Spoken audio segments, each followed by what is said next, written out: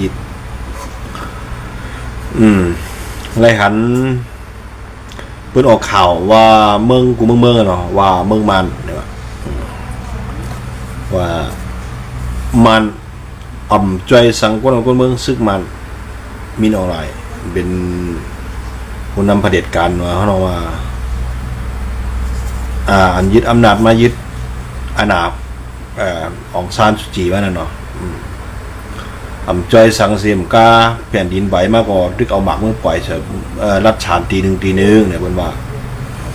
อันนี้ก็เป็นรองตั้งดีปืนก็ได้หันเฮาก็ได้หันเฮาก็ได้ฮู้อยู่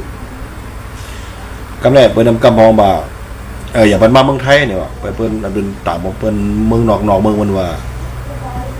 มาคนไทยคนไต้นี่กวนอันเป็นนอกเมืองจังได๋เพิ่นก็เฮฮามาอย่าไปฮับมาเนี่ยว่าไว้ก็มื้อนี้มันก็มาแล้วมาขึ้นปังกลุ่มอย่างเขานั่นน่ะ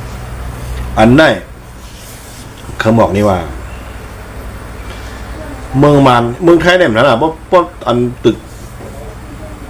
กวนปังเนาะตึกถล่มเนี่ยเพื่อนนี่มาจอยกันมากู้ภัยห้ามมาทีมจอยเหลือจะได้นะต่างเมืองจะได้เป็นมาจอยมาสแกนเมืองจอยหาเมืองมาในเป็นสังหารเนี่ยอันกวนเขาอะไรใครเป็นขมึงมอนแล้วก็อันว่าประชาธิปไตยอันนั้นเมืองผมตุ่มเมืองกัดเย็นอันด้วยขลาเมืองมันไอ้เฮิร์นจะได้รุ่มๆแล้วในชาวตู่ชาวเมียนเนี่ยคนจอยเนี่ยมีเด็กคนมีเด็กคนจึงคนในวันในวันในเวียงจะไหนจอยกันก็ให้กำบัดน้ำเป็นเขาบอกว่าไผ่อาจุยาได้เต็มพอมีผมจะปีน้องๆเขานะเพราะว่าดึกเมื่อไหร่ชาวตู่ชาวนาก็เมียนเนี่ยเชื่อที่จำเจอหิมหอมเลยนะก็ไม่ทราบพ่อเดี๋ยวมาบอกเลยสุว่าอันลองมุงมองใครเคยเป็นกวนเขาหน่อยบ้าเมืองไทยเมืองอะไรก็อย่างพอเมืองเปิ้นกัดเย็นเนาะเปิ้นก็ได้มีเปิ้นเอาดีกว่ากันนะเขาเดี๋ยวมันอย่างมันเกิดเหตุอย่างขึ้นมามันเป็นรองกันว่ารูซุ่มอย่างขึ้นมาใหญ่ๆลงเป็นรองลำรองของในเมืองนั่นเปิ้นเอาดีกว่ากันนั้นว่าบ้าก้นหลวงห้าก้นหลวงห้าเป็นก้นใหญ่ก้นหลวงเจ้านั่นเป็นก้นมีตาหูก้นมีปุ่นพรจะนาตีใหญ่ๆเขาเนี่ยนะ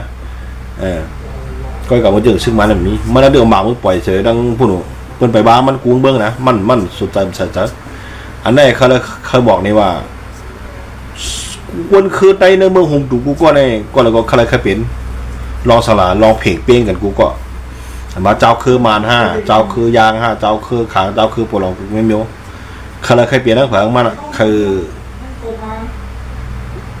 มุงมองอะไรกัดเย็นอะไรให้เพราะอะไรกินเชื้อสาก้อยการเขามองมาในข้าวตังหลาย10 ปีเมืองกวนเมื่อป่านเขาป่านปู่ป่านหมอนเขาก็มองมากก็แค่นั้นนะแค่ว่าหลายปากปีเมืองเรือป่านเจ้าภาพมันก่อเมืองก็สุกสักมาติเมื่อนั้นติเมื่อมันยึดอาณาอะไรกำไรกูนั่นคนเมืองก็บาจุ่มเลยก็อย่างป้อมไรหันหวนตาหันเลี้ยงอะไรต่อเมื่อไหนมันอุบเมืองวันไหนนะข้าวปีเอาข้าวหึงไหน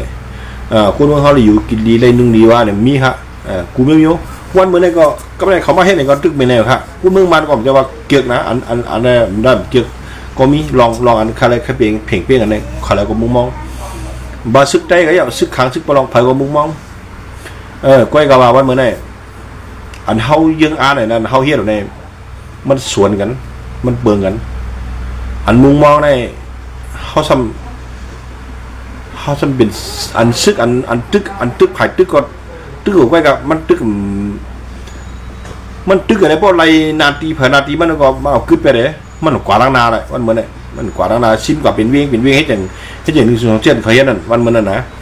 พอลองเอาเขาไล่ก่อนเนี่ยเขาใครขึ้นไปแล้วเนี่ยมาแล้วเนี่ยมาตามขึ้นแล้วเนี่ยนั่นเดี๋ยวอีอย่างใต้ก็เขาสอดส่วนเธอใต้เขาก็ตึกกันขึ้นเนี่ย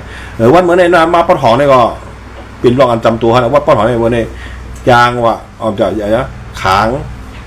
มาลองเกาก้างนี่เห็นไหมตามไปขึ้นแล้วเนี่ยอันนี้ไปกลางอะไรเขาเนี่ยตึกอะไรอยู่ในพื้นที่เผยตีบ้านเนี่ยไปแล้วกลางล้างนาได้ตีอันไหนขนาด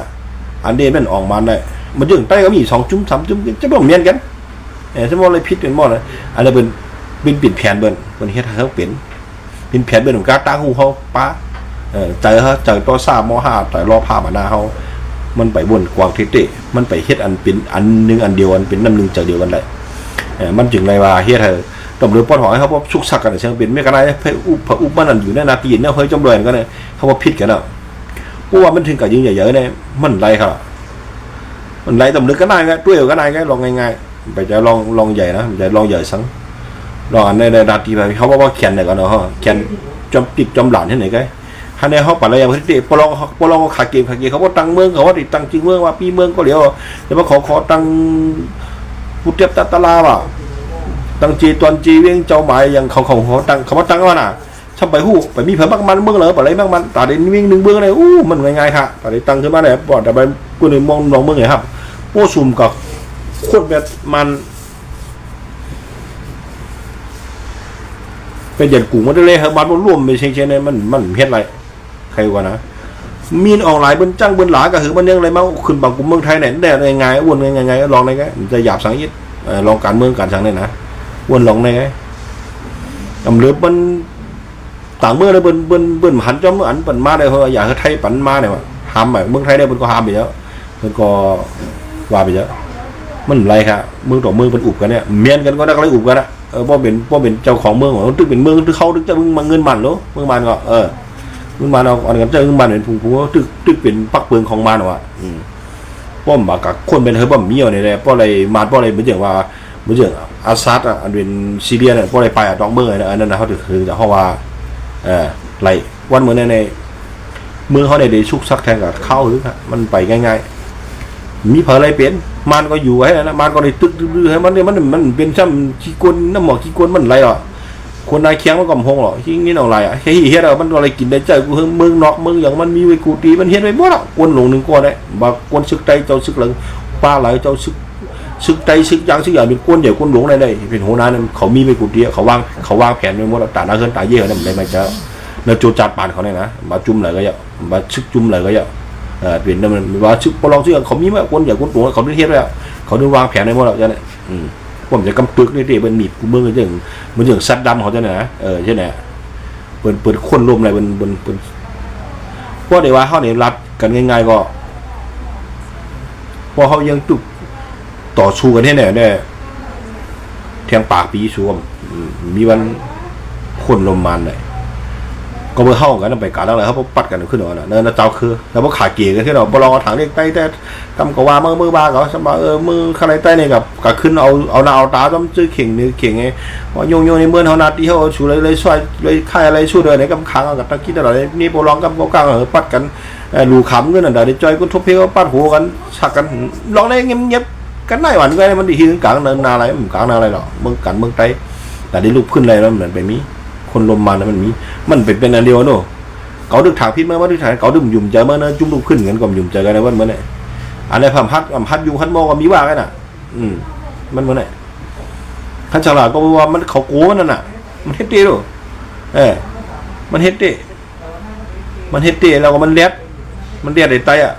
ไตบางจุ่มไปเป็นขี้ขาวก่อนอ่ะอ้วนเอาก็ได้ก็ไอ้ก็จะผักถึงอีกนึงว่าตาได้ไรเมื่อเขาเด็กกัดเย็นไปมีฮะไปมีง่ายๆสุอย่าไปหันจัดเลยจัดเขาปวดรุ่นดูเขาเนี่ยเอาไปหันให้ฉลาดเมื่อเขามันดึกสุกสักมาเนี่ยไปมีวันตาได้ขึ้นก็เพราะว่ามันเด็กกัดเย็นหรือวันนึงกันว่าไปกลางอะไรผ่านเมืองใต้มันกำใจเขาชุดต้องมองสู่ปลายครับก็วนลองปลายบางมีตาลูกตาลามเขาเฮ้ยมันกว่าตั้งนาเลยเฮ้ยหล่อนเขามีเฮ้ยมันเลยเฮ้ยแล้วมันเลยให้มันเลยหันเดือนเลี้ยงเลยมีตาหูตาหานิดนึงหนังบ่เดแค่เนี่ยเนื้อจัดจูปานเขาเนี่ยก็วนจนไงทางก็ตัดสินใจว่าสู่ก็เดียวว่าวันมันเนี่ยก้อยกับคาบอกอะไรเต็มหูปากว่าแทงปากปีก็เมื่อเขาไปกัดเย็นเลยครับเมื่อเขาก็เบอร์เข้าของกันเนี่ยดื่มไปเมียนกันกูจุ่มมาวันเหมือนมันไปร่วมเขาว่าพิษกันวะก็เพราะฉะนั้นผักหนึ่งกูก็ครับมาสู้ครับ